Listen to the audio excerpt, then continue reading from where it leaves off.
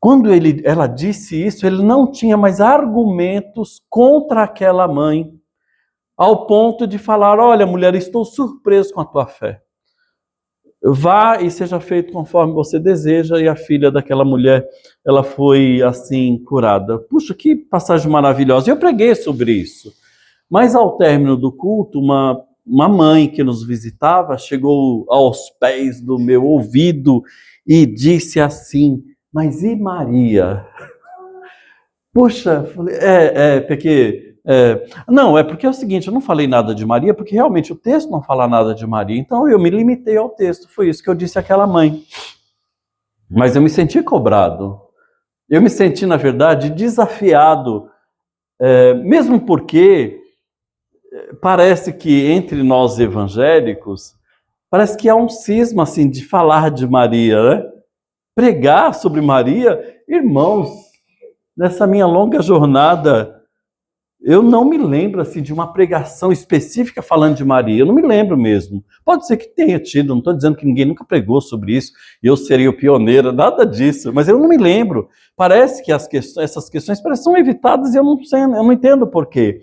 Então eu me senti desafiado a falar, e eu quero falar com os irmãos essa manhã sobre Maria.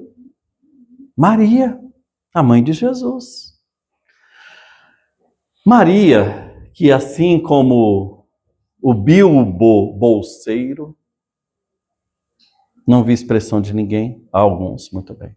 Assim como o Bilbo Bolseiro, que ele vivia tranquilamente, né, lá na sua vilinha, lá no condado, vivia lá tranquilo. Até que um determinado dia aparece um grandalhão barbudo,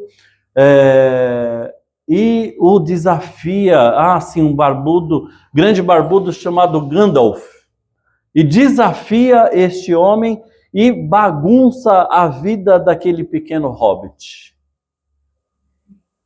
Assista a trilogia do Hobbit, é muito bom. Nossa, fiquei até com vontade de assistir de novo. Mas veja só, ele só queria viver uma vida tranquila, mas Gandalf aparece e bagunça toda a vida dele. Maria também vivia tranquilamente. Tranquilamente na cidade de Nazaré. Eu ia falar como se fosse Guarulhos, quem dera, né? Se isso aqui fosse tranquilo. Mas como se fosse uma cidadezinha lá para os interior de São Paulo, lá.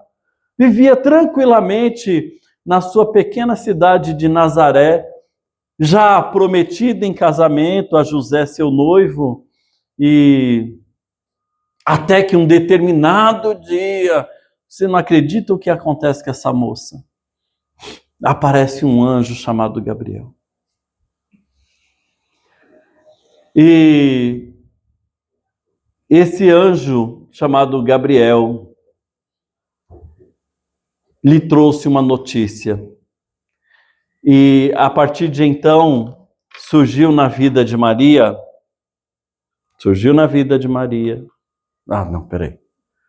Pronto. E aí, quando aparece esse anjo Gabriel, surge na vida de Maria.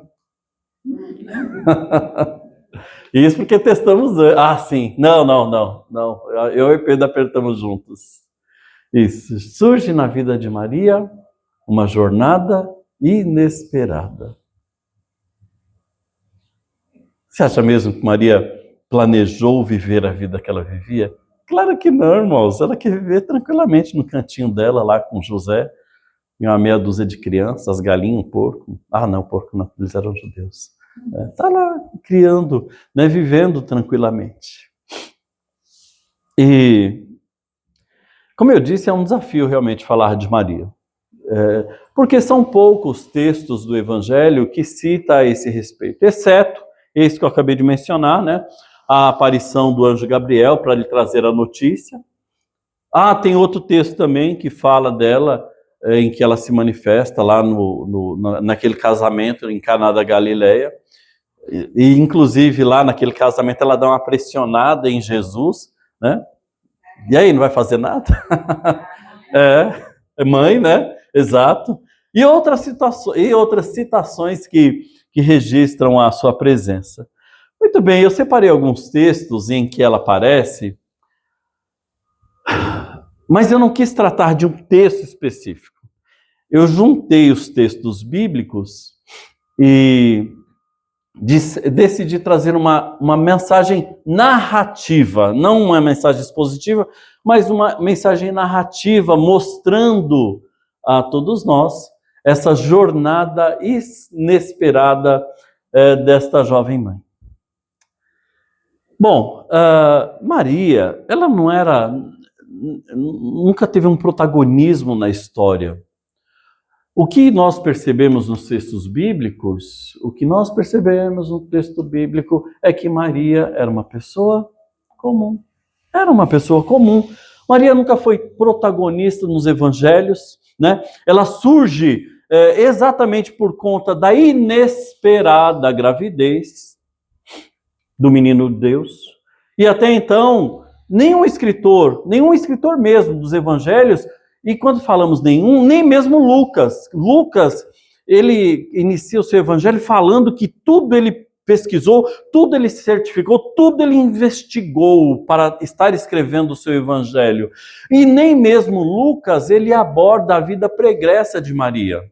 Então, os evangelhos não falam como que era antes a vida dela, como que ela nasceu, como que ela cresceu, sabe, criando o personagem para chegar no ponto, no ápice da revelação, que é a aparição de Gabriel. Não, simplesmente o texto traz Maria já com o Gabriel falando com ela. E isso mostra, meus irmãos, que Maria, ela foi realmente uma pessoa comum nos evangelhos, né?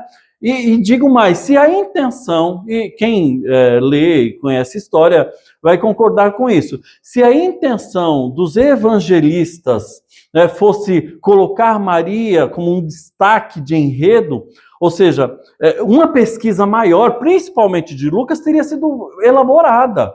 Então, a intenção do evangelista, e escute bem, eu não estou desmerecendo Maria não, daqui a pouco nós vamos falar bem dela, tá bom? Não estou falando mal de maneira alguma. Eu estou mostrando para vocês que ela não é uma protagonista nos evangelhos. E se fosse a intenção dos evangelistas de tornar Maria uma grande protagonista nos evangelhos, no Novo Testamento, certamente Lucas, principalmente Lucas, teria feito sim uma pesquisa aprofundada para saber a sua origem, quando nasceu, o que ela fazia, o que ela comia, por onde ela andava. Mas nada disso foi feito. Ninguém foi atrás da sua vida pregressa, né? Ou o seu passado. Muito bem, então, que concluímos que Maria era uma pessoa comum. E se era uma pessoa comum, vai Pedro, eu desisto.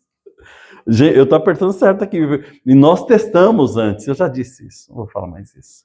Ela era uma pessoa comum e vivia num dia comum. A tradição judaica, meus irmãos, era prometer a filha, né, em casamento com o início da puberdade. Então, como falamos hoje, né, quando começa a virar mocinha, aí já era prometida em casamento. Para os historiadores, isso ocorria entre os 12 e 15 anos. Muito bem. Com base nessas informações, conclui os historiadores que foi neste período, ou seja, entre 12 e 15 anos, que o anjo Gabriel procurou Maria e esta então achou-se concebida pelo Espírito Santo. Ou seja, para alguns, Maria provavelmente ficou grávida com 12 a 15 anos de idade. Bom, para chocar os irmãos, eu tenho uma certa resistência em crer nisso, quanto a isso. Vou ser breve, porque essa não é a questão que vamos trabalhar na mensagem. A questão de despertar da puberdade, né, de Maria, já noiva de José, não quer dizer que ela ficou grávida naquele período. Ela pode ter ficado grávida, passado uns 3, 4 anos, depois não se fala, o texto não se fala. Então são conjecturas que eu realmente tenho uma certa dificuldade, eu vou mostrar isso nos textos, em realmente acreditar que Maria tenha ficado grávida com 12, 13 ou 14 anos. Sabe o que isso vai mudar? Nada, absolutamente nada. Amanhã pode vir outro pregador aqui e falar, não, Maria ficou grávida com 13, o que vai mudar? Não vai mudar nada para nós, né? Mas é só mesmo para expressar aos irmãos o meu grito de protesto contra esses entendimentos. Muito bem. Então era um dia comum na vida dessa moça, não sabemos com que ela ocupava o seu tempo. Como ela era noiva, é provável que ela se ocupava com os preparativos do seu casamento, e assim ela passava os dias, né? O que sabemos de Maria? O que sabemos dos seus dias? O que sabemos, meus irmãos, é o que simplesmente está registrado nas Escrituras. E o que ali está registrado, isso nós podemos afirmar. E aí eu convido você a abrir a sua Bíblia em Lucas, capítulo 1 do Evangelho de Lucas, versos 26 ao verso 33, que ali sim vai trazer com clareza aquilo que nos interessa, aquilo que Deus quis nos revelar. Diz assim, a maioria está com NVI, né? Só um minuto então, eu estou com outra Bíblia aqui. Deixa eu abrir a minha no meu aplicativo na NVI para que os irmãos acompanhem a leitura melhor. Só um instantinho, por gentileza.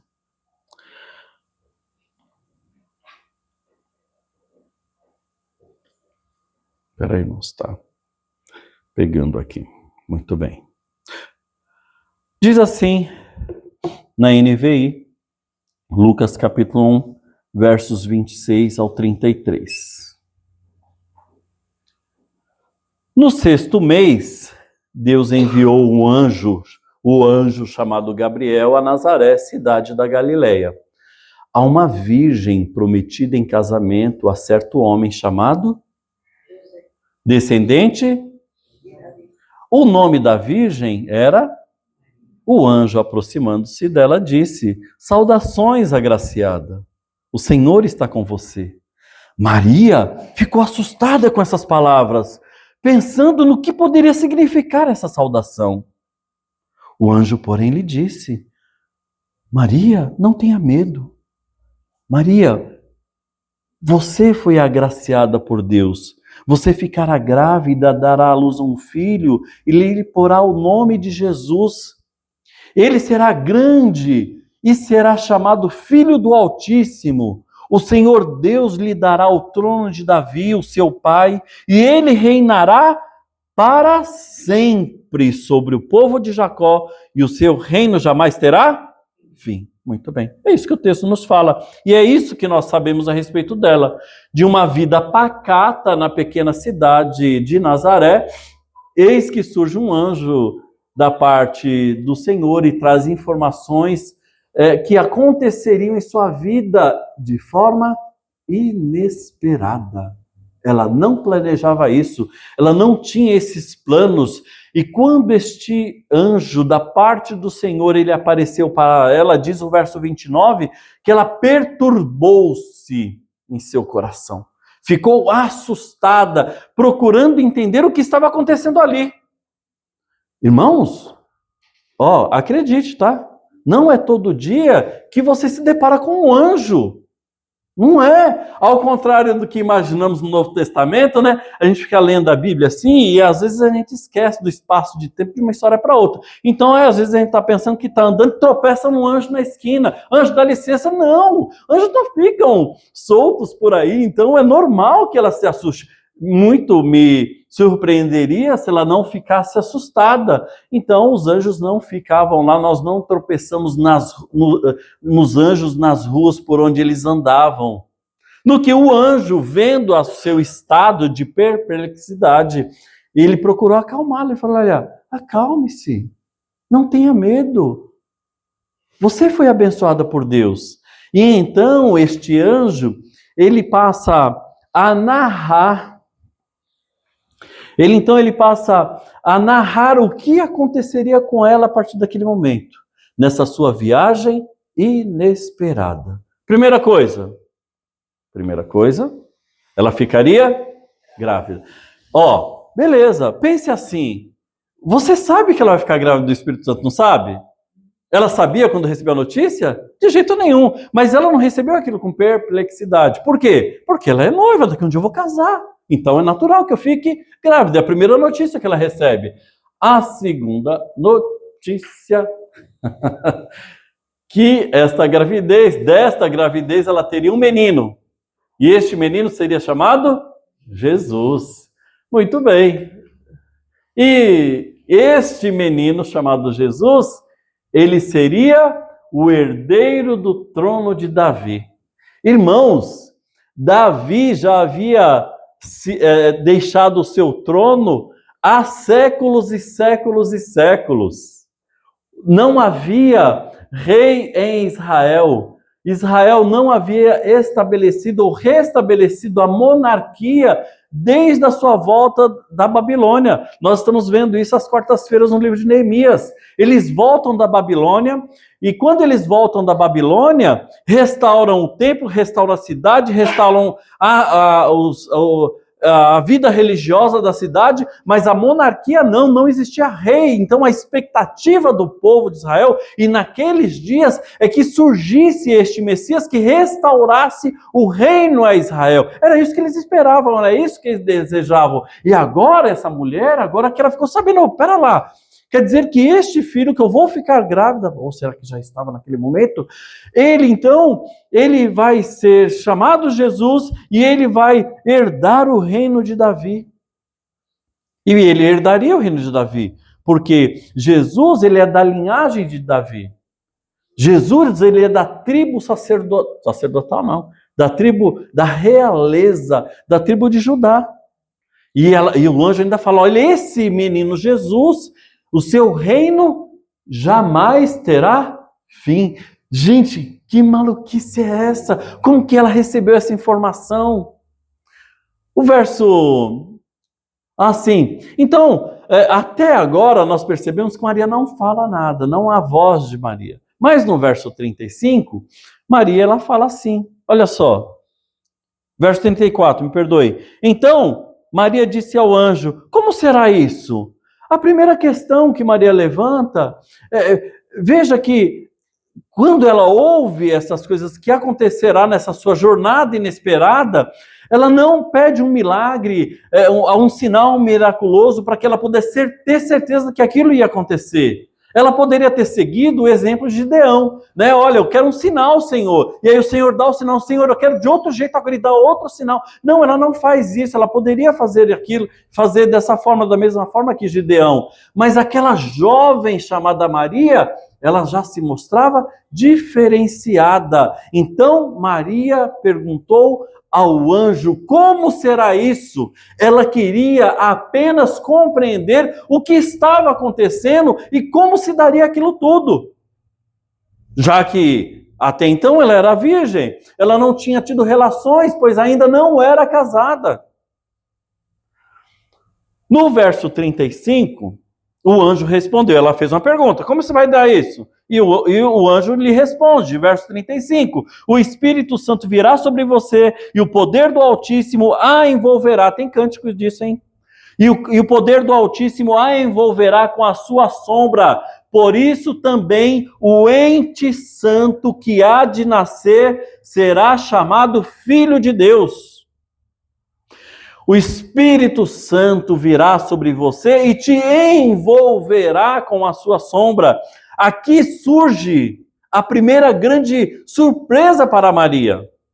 O início da sua jornada inesperada, pois ela ficaria grávida. Até então ela pensava que ficaria grávida de quem? Do seu noivo chamado José. Mas não.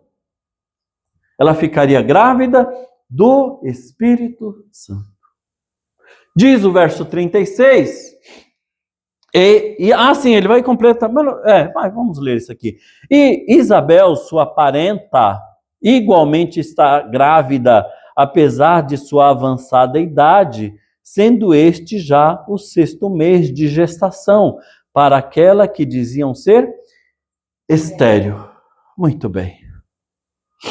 No verso 36, esse mesmo anjo informa que a sua parenta, já idosa, já idosa e estéril, também estaria grávida, ou estava, ele fala que já está grávida, ao contrário de Jonas, que se recusou a ser um instrumento nas mãos do Redentor, Esta jovem mãezinha se prontificou de imediato. Ela não recusou, ela não relutou. Falou, Senhor, mas procura outra, eu sou muito nova. Não, ela simplesmente, ela não recusa e ela responde ao anjo, aqui está a serva do Senhor. Está lá no verso 36, que é a segunda fala dela, aqui está a serva do Senhor.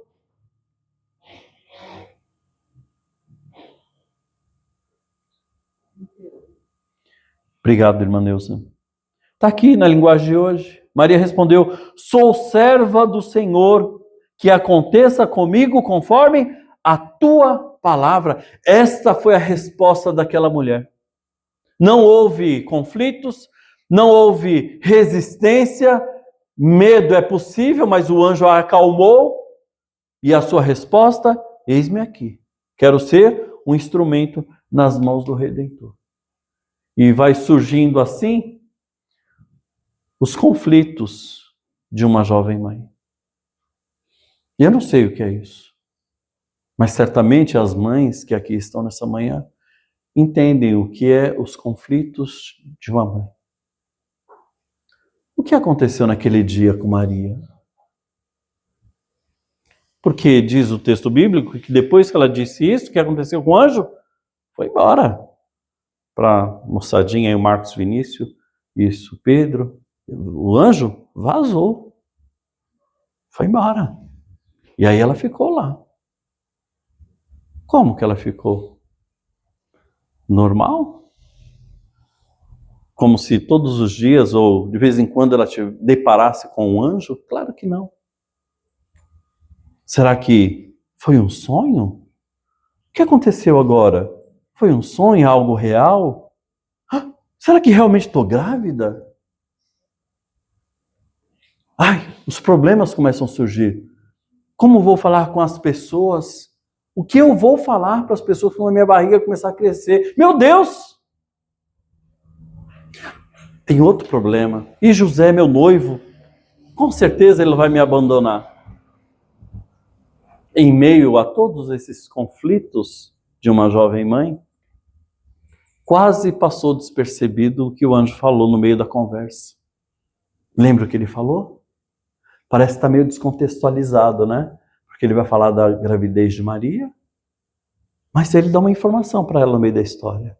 Ele fala, ó, sabe aquela tua parenta, que para alguns é prima, a tradução não diz isso, mas aquela tua parenta, aquela idosa, lembra que ela não poderia ter filho? Pois é, acredite, ela está grávida. E ele fala mais, no verso 37, porque para Deus não há nada impossível. Nem a idosa ter um filho, vamos acrescentar, nem a idosa estéril ter um filho, e nem uma jovem virgem engravidar. Quando ela lembrou dessa passagem, dessa informação, parece que desconexa, o que ela fez imediatamente, diz os versos 39 a 45, eu não vou ler para nós ganharmos tempo, ela diz o texto que depressa, ou em outra linguagem, apressadamente, ela foi até a cidade onde vivia Isabel, aí onde está narrado aí os versos 39 e 45. Será que isso é verdade? Eu vou lá, eu quero conversar com Isabel, eu quero ver o que realmente está acontecendo. Eita. Muito bem. Então, ela viagem, até onde morava Isabel. E os versos 39 e 45, como eu já disse, ele narra muito bem a ida de Maria, que saiu de Nazaré, da Galiléia, e viajou cerca de uns 5 ou 6 dias num lombo de animal até Judá. Diz o texto da palavra de Deus que ela saiu apressadamente. E aí vem os meus devaneios em relação à idade da sua gravidez. Eu, sinceramente, não consigo imaginar uma menina de 12 ou 14 anos com essa autonomia. Sabe? Não, eu preciso ir lá. E o texto não fala nada, se vai com parente, nada. Ela fala só que foi. E quando ela chega lá para ver a sua parenta, Isabel, o texto não fala também que ela chegou com ninguém. Só fala dela. Eu não consigo imaginar que ela tenha, uma menina tão moça, tenha essa autonomia toda. Fechei parênteses. Ao chegar na casa, ela saudou Isabel, já grávida de cerca de 6 meses. E uma mulher grávida de 6 meses já está lá com a sua barriga enorme. E um menino se alegrou, o menino que estava na barriga dela, se alegrou sobremaneira com a chegada de Maria. Porque ao ouvir a sua voz, diz o texto bíblico, que o menino se agitou em seu ventre porque ele estava diante do seu Salvador. Gente, que maravilhoso, vocês já pensaram nisso? Uma vida dentro de outra vida, se exultando por conta da chegada do Redentor Jesus Cristo, que nem nascido estava no início da gravidez. Que maravilhoso é isso! Quem não se alegra na presença ou com a chegada do menino Jesus? Ao ouvir as palavras de Isabel, e essa eu quero ler, porque quando Isabel ouviu os gritos no quintal da casa, as galinhas, o cachorro latindo, não tinha cachorro em Judá, era considerado imundo também. Puxa, como é difícil falar, né, contextualizar, mas vamos falar só das galinhas. Então ela vai chegando e gritando, Isabel, Isabel, e o menino ouve aquele agito todo, e ela vai se alegra, e diz nos versos 43 a 45, o que exatamente Maria precisava ouvir para se certificar, para confirmar que não era um sonho, que aquilo tudo era realidade. Então Isabel ficou cheia. Eu vou ler na outra linguagem, perdoe, 41, né? Isso. Quando Isabel ouviu a saudação de Maria, o que aconteceu? O bebê agitou-se no seu ventre, já falamos disso. Então Isabel ficou cheia do Espírito Santo e exclamou. Exclamar é gritar.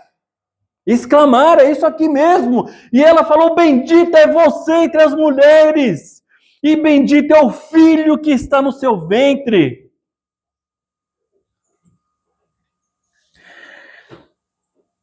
Mas por que sou tão agraciada a ponto de me visitar a mãe do meu Senhor? Logo que a sua saudação chegou aos meus ouvidos, o bebê que está no meu ventre se agitou de alegria. Bem-aventurada é aquela que creu, e Maria creu, que se cumprirá aquilo que o Senhor lhe disse. Era exatamente o que Maria buscava, era exatamente o que Maria precisava ouvir, esta confirmação.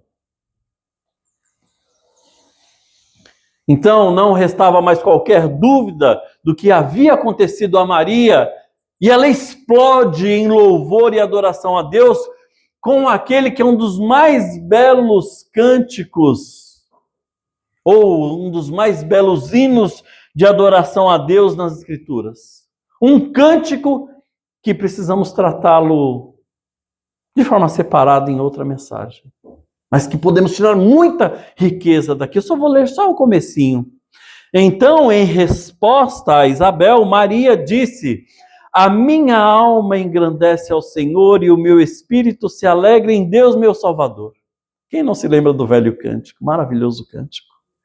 Porque ele atentou para a humildade da sua serva, pois desde agora todas as gerações me considerarão. Exato. Quanto tempo já passou, meus irmãos? Quantas gerações já se passaram nessa terra? E Maria continua e continuará sempre sendo chamada de bem-aventurada. Quantos conflitos no coração dessa jovem mãe. Estava apenas no início da sua gravidez. Ela estava apenas no início da sua inesperada jornada. De uma vida pacata a uma inesperada jornada. Diz o texto que Maria permaneceu com Isabel por mais 6 meses. Passados 6 meses, já devia estar indo para o 7º mês da sua gravidez. É possível que ela tenha voltado para Nazaré, na Galileia, e logo em seguida, porque veja só, a gente tem que ir ligando os acontecimentos. depois ela teve que viajar, fazer outra viagem longa, lembram? Tinha um recenseamento. Jesus não podia nascer em Nazaré. Jesus não poderia nascer na cidade de Isabel. Não, ele tinha que nascer, tinha que cumprir a profecia. Ele tinha que nascer aonde mesmo? Em Belém, lá na região, nos cantos lá da Grande Jerusalém. Então ele precisava nascer de lá. Então é possível, tá bom? Que Maria tenha saído da casa de Isabel, voltado 6 ou 7 dias de viagem, já com barrigão, lá para Nazaré, e de Nazaré, passado algum tempo, o seu, já não sei mais, José, nem vou falar, José pega Maria e a leva até Belém, porque ele tinha que registrar-se lá, ele e Maria, que eles tinham que registrar no local de origem deles. Então eles voltaram para lá, outra longa viagem, mais longa ainda do que até Isabel. Então, é possível que ela tenha feito toda essa viagem grávida, saindo de Isabel, volta para Nazaré, corre até Belém, ou pode também ter acontecido, pelo seu estado gravítico, José ter passado lá na casa de Isabel, Maria, temos que ir até Belém, e ido até Belém. É possibilidades. Mas o que nós precisamos destacar é a vida agitada dessa moça. E não para por aí. Quando o menino nasce, não sabemos exatamente, pode ser que ele já tinha quase uns 2 anos de idade, outra longa viagem essa mulher, essa jovem mãe, tem que fazer de novo com seu menino. E uma outra viagem ainda mais longa, para onde? Olha, os irmãos estão inteirados. Para o Egito, porque Herodes queria matar todas as crianças. E aí ela fica lá no Egito até a morte desse homem, quando aí eles voltam para Nazaré. Meus irmãos, quando nós falamos da vida de Maria, nós romantizamos muito este período da vida de Maria. Mas pelo que nós notamos, foi um período de aproximadamente 4 anos de muito sofrimento, de muitas viagens de um canto para o outro. Para uma mulher grávida, isso já é difícil. Com criança pequena, os irmãos sabem como é. Pergunte aí para o Vitor, para o Gabriel, para o Saulo, como que é sair com uma criança pequena de casa?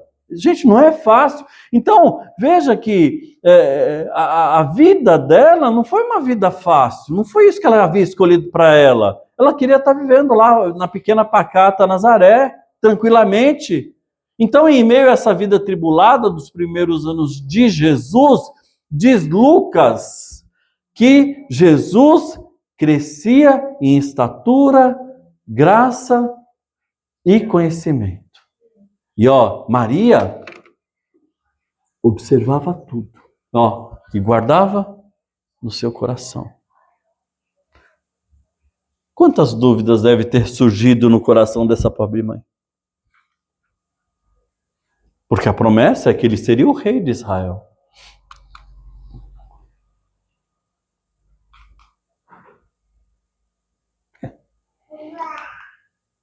Deixa aqui por enquanto. Muito bem, há um período de silêncio na vida de Maria. Poucos foram os registros de Maria nos evangelhos, como nós já dissemos. Passado um longo período, ocorre que ela volta a falar, registros dela apenas quando Jesus já tinha 12 anos, quando a família vai até Jerusalém cumprir com os rituais judaicos. E Jesus, no meio de toda aquela família toda, ela pensando que ele está voltando para casa, ele fica no templo, ensinando os mestres da lei, e onde Maria fica muito preocupada a ponto de exortar. E surge outro registro de Maria, já caminhando para o fim, já na vida adulta de Jesus, que é aquilo que nós estávamos falando. Até então, nada de sobrenatural. Era uma criança normal.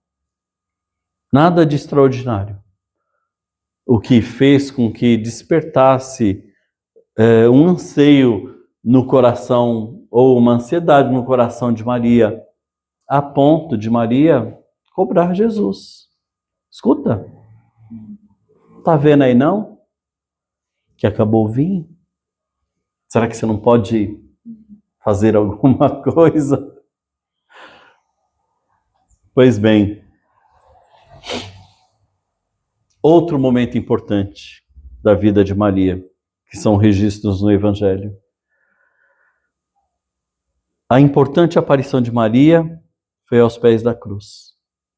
Enquanto a maioria dos discípulos, digo maioria, não todos, haviam fugido, a mãe, não. A mãe permaneceu ali, aos pés da cruz, assistindo à promessa de ser o sucessor do trono de Davi, morrendo. Mas ele não seria o rei? Ele não seria o rei eterno? E aí? Está lá. Deus e a sua promessa de que ele reinaria sobre Israel. Cadê? Como estava o coração daquela mãe? Não pensamos nisso. Não pensamos porque nós estamos vivendo a história de uma outra perspectiva. Nós estamos vivendo a história que já aconteceu, nós sabemos tudo. E quem estava lá, naquele momento, esperando que Jesus fosse o libertador, que ele fosse o Messias, que ele fosse o rei, e aí de repente, passando 2 anos depois, está lá de pendurado numa cruz, morrendo, o sonho indo embora. Será que Maria mesmo pensava e sabia de Jesus como nós temos essa compreensão hoje? Por fim, registro sobre Maria que eu separei, em Atos 1,14, registra a reunião dos discípulos que ficaram em Jerusalém fazendo o que mesmo? Orando, esperando cumprir-se a promessa de um outro Consolador que viria e os consolaria, que era o Espírito Santo. E em Atos 1,14 registra a presença dessa mulher lá. Sabe como? Orando aos pés da cruz, orando com os discípulos, aguardando o cumprimento da promessa. Veja que, por mais que ela estivesse vendo o filho, que seria o sucessor de Davi, morto na cruz, em nenhum momento ela fraquejou ou desistiu, em nenhum momento ela deixou de crer, mesmo nesses momentos mais difíceis, como na crucificação. Irmãos, assim como Maria, muitas mães mesmo, enfrentam momentos de incerteza com relação aos filhos, são os chamados inesperados da vida.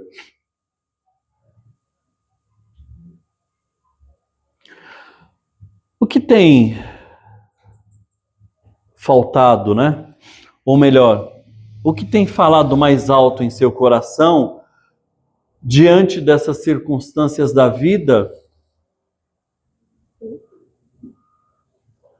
A incerteza, o medo,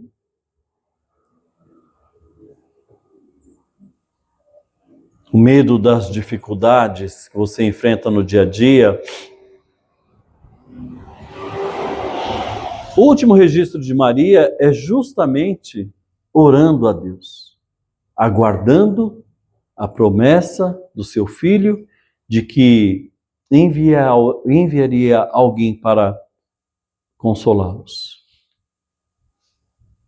Essa jornada inesperada de Maria fez com que ela vivesse até os seus últimos dias sem que a promessa se cumprisse. Você já pensou nisso? As promessas naquele dia pacato, o anjo falou tantas coisas e ela creu. E ela viveu isso intensamente. E ela viu as promessas morrendo diante dos seus olhos numa cruz. E ela viveu todos os seus dias da sua vida sem que a promessa se realizasse. Mas ela perseverou até o fim. E acompanhou o seu filho até o fim. Só uma mãe mesmo para entender as aflições de uma outra mãe. O que poderíamos tirar de ensino dessa mãe? O que ela deixou de ensino, não só para as mães, mas para todos nós? Deixou de ensino a fé. Ela não esmoreceu, em nenhum momento. Não há registros bíblicos. Não, muito pelo contrário. Os registros que temos, que nós vimos, é de que nos principais momentos da vida, lá ela estava. A humildade, como a própria Isabel diz a seu respeito. E como nós vimos, o que ela deixou de ensino é a perseverança. Agora, segundo as Escrituras, a perseverança, ela só vem por meio do sofrimento. Então, os sofrimentos que você, mãezinha, passa no seu dia a dia, com questões relacionadas aos seus filhos, é este sofrimento que a torna uma pessoa perseverante. E as mães são perseverantes, porque sofrem muito, né? Eu acho só a única explicação. As mães sofrem muito. Sofrem de amor. Eu acho que isso que torna a mãe como uma vara de marmelo, né? Aqueles bambu fino e verde que entorta, mas não quebra. E não só isso. O texto, a narrativa da história dessa mulher mostra que ela tinha uma vida oração. Oração. E assim termina o texto. A mulher de uma vida sofrida.